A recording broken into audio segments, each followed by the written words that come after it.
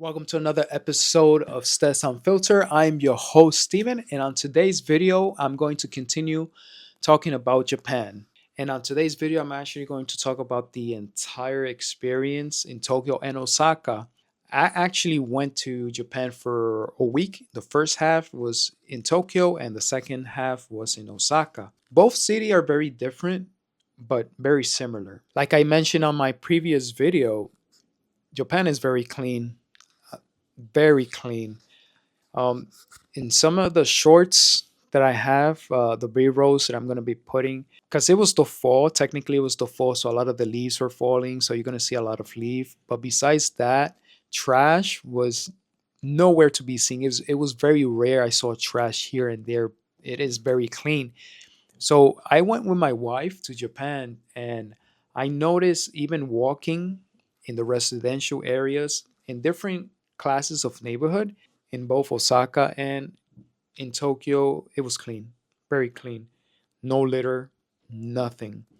And also because of that, it's very hard to find trash cans. And if I actually saw a trash can, they were pretty much like divided into subsections, like for trash, and recycling in glass, plastic. Yeah, recycling it seems like it's very big over there. Cleanliness is very big.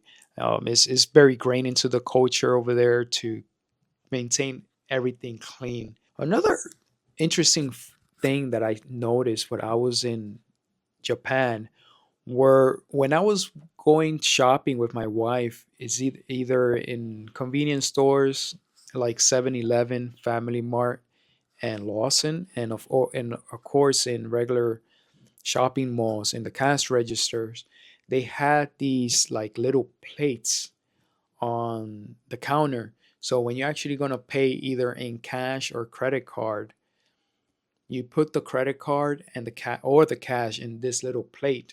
Seems like it's an etiquette over there. I'm not sure if there's any Japanese person or any foreigners that actually lives in Japan that on the comment down below on the reason why we have to put the cash or coins or any payment method on this little plate. I personally, I am assuming, I'm not 100% sure if it is a fact.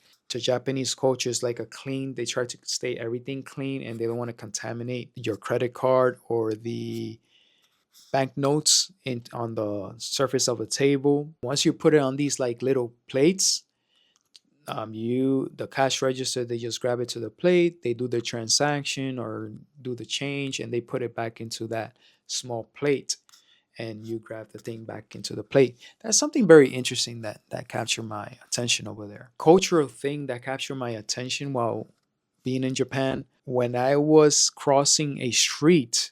So that crossing sign that's allow you to cross. Normally, when we got into an intersection, and there's no car coming in, people will wait until it's your turn to cross the street. Like here in New York, or maybe here in the United States, it's probably except California, but I'm gonna reference more to New York City. If the light is green and there's no cars coming, we are gonna cross the street.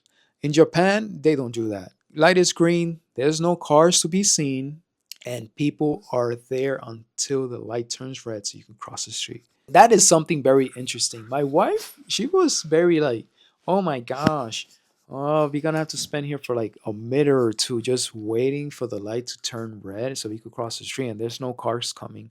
Yeah, there was probably like one or two people doing it, like they would cross the street, but they're crazy. I think they get fined. If they get fined, can you write it down in the comments down below? How much is the fine if you actually cross the street while the light is green and there's no car coming?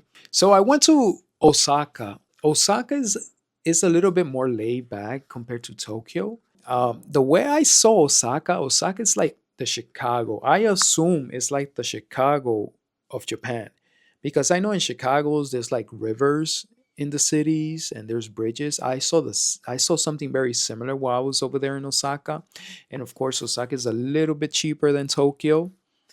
So While walking around Osaka, just like I said to my wife, it seems a lot more calmer, cheaper, and people seems like more laid back out there compared to Tokyo.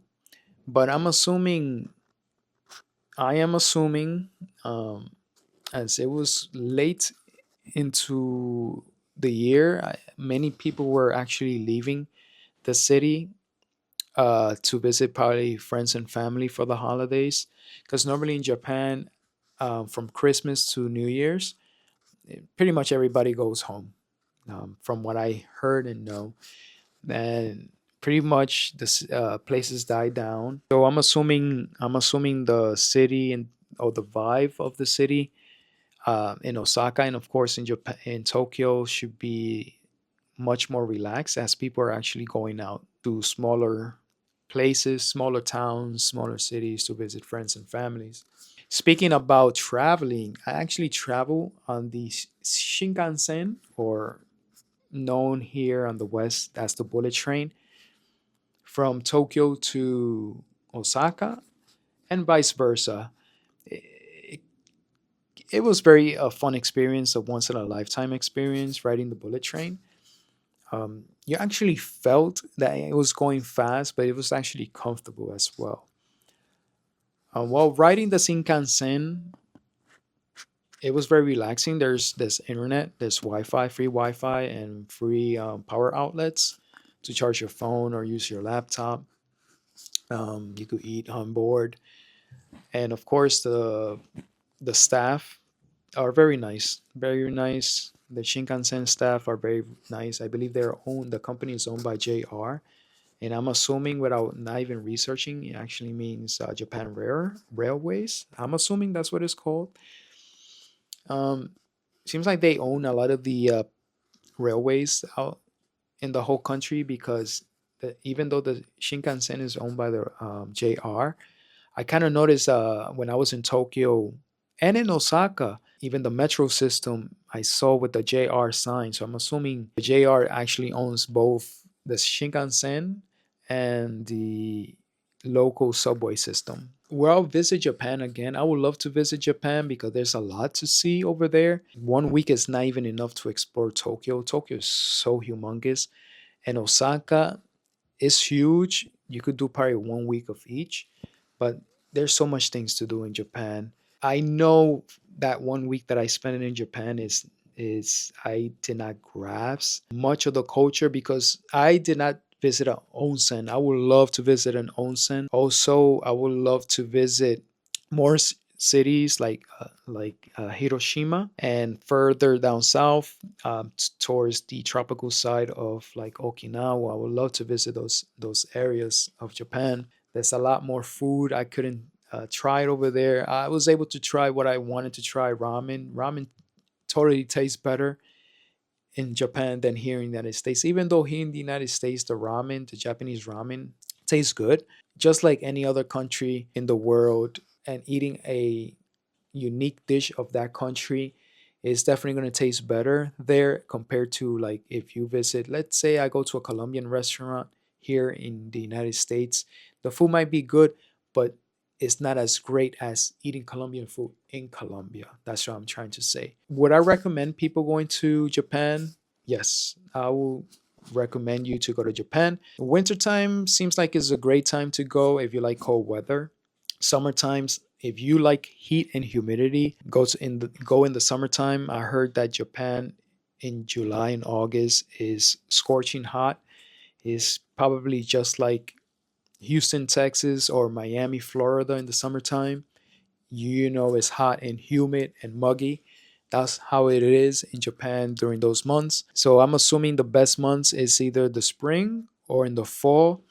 I mean, the spring is gonna be high season because I know it's a cherry blossoms season in Japan. So a lot of people go to Japan just to see the cherry blossom. And the fall, I know it rains a lot in the fall in Japan. And the fall is another popular time if you like cooler weather. If you want to know more and you want to see what I actually did, you could visit my travel YouTube channel called Stez World. I'm gonna link the channel into the description.